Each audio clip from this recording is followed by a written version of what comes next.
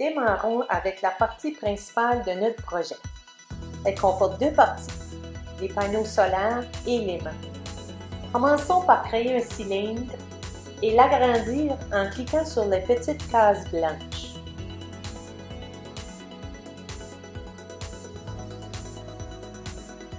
Notez que toutes ces unités sont en millimètres présentement.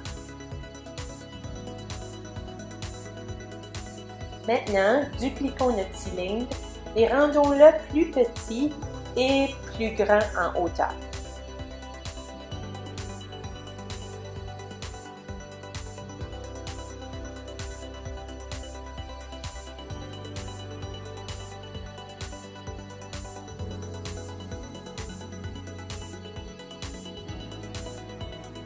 Nous allons utiliser l'outil d'alignement pour positionner nos deux cylindres au centre.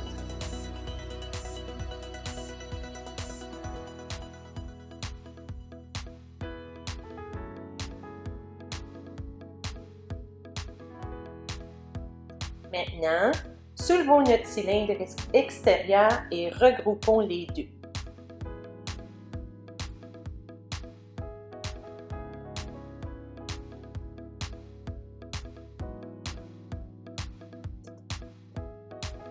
Il est temps de créer nos propulseurs de collecteurs de déchets spatiaux. Nous allons en créer un, puis utiliser notre bouton de duplication pour créer des copies de nos propulseurs. Commençons par déplacer notre partie principale sur le côté afin de libérer un peu d'espace sur notre plan de travail. Nous allons maintenant prendre une boîte, changer la vue de notre perspective pour regarder vers le bas et commencer à redimensionner celle-ci.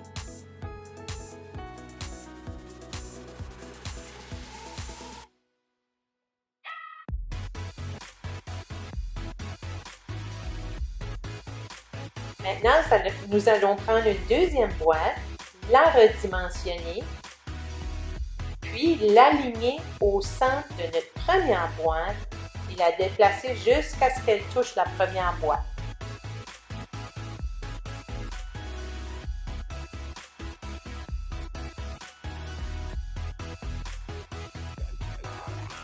Un petit conseil, en maintenant la touche majuscule enfoncée, tout en faisant glisser un objet, vous le déplacerez en ligne droite, verticalement et horizontalement.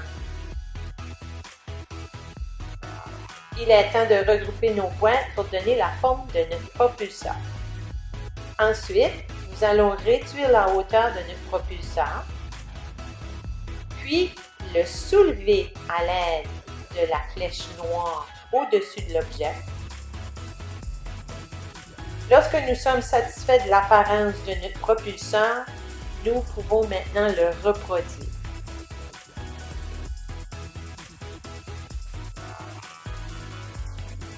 Nous devons faire pivoter nos 4 propulseurs pour qu'ils soient à 90 degrés, 180 degrés, moins 90 degrés et 0 degrés.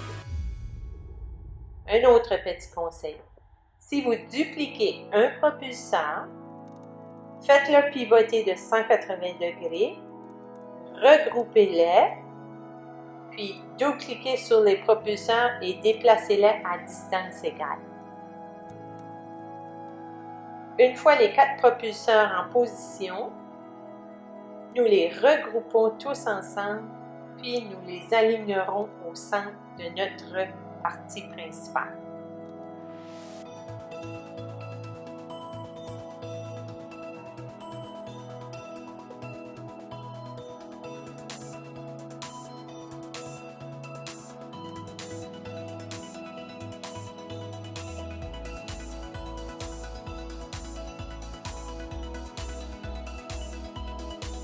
Il est temps de créer nos lasers, le dispositif qui permettra de faire disparaître tout débris spatial.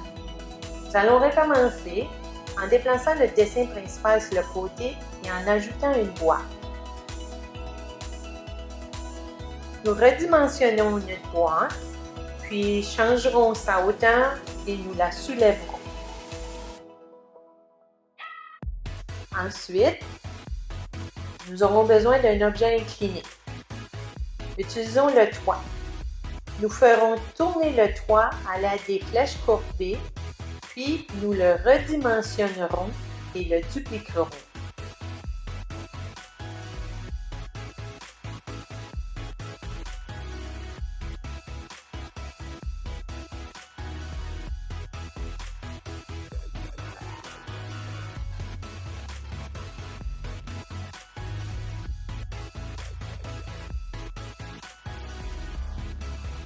Déplaçons légèrement le second toit et transformons-le en trou et regroupons les deux.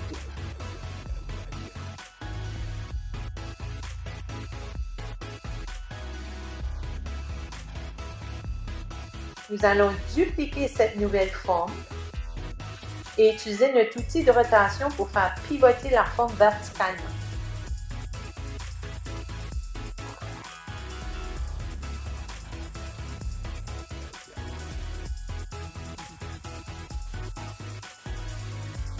Nous allons maintenant aligner nos objets avec notre boîte.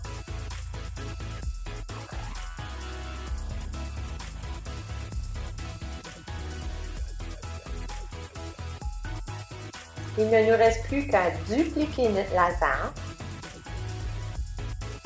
les éloigner l'un de l'autre selon la largeur de notre partie principale, puis les faire pivoter à la position 135 degrés et moins 45 degrés, puis ensuite les regrouper.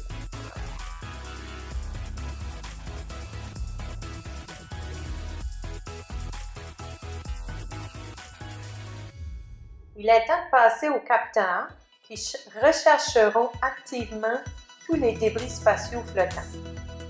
Nous aurons besoin de 8 scanners et pour ce faire, nous commencerons par une boîte. Redimensionnons la boîte en changeant sa hauteur et en la soulevant légèrement comme nous l'avons fait avec nos lasers et nos propulseurs.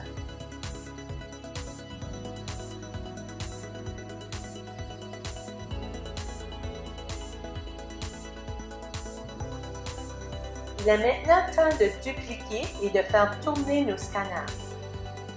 Nous avons besoin de scanners aux positions suivantes: 22,5 degrés, 67,5 degrés, 112,5 degrés, 157,5 degrés, moins 22,5 degrés, moins 67,5 degrés, moins 112,5 et le dernier, moins 157,5 degrés. Un petit conseil, l'utilisation des outils de duplication et de rotation peut économiser du temps et maintenir votre symétrie. Nous en sommes maintenant à la dernière pièce de notre collecteur de déchets spatiaux, le harpon. Nous allons commencer avec une boîte, la redimensionner et ensuite la mettre dans la position que nous voulons. Nous allons maintenant utiliser un bloc de biseau pour fabriquer la pointe du harpon. Faisons tourner le bloc, redimensionnons-le et regroupons-le avec la boîte.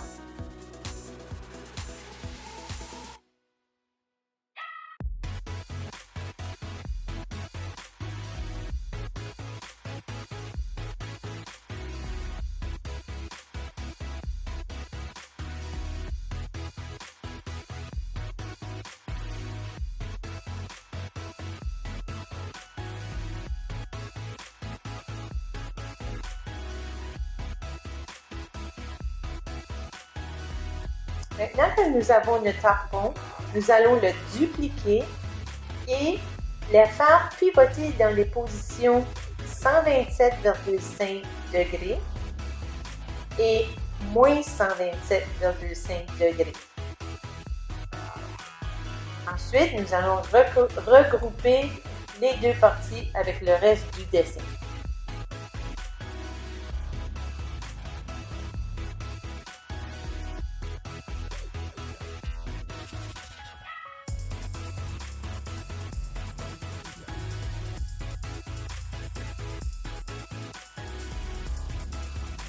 Et voilà, nous avons créé un dépoussiéreur spatial équipé de lasers, de scanners, de harpons et de propulseurs. Bravo!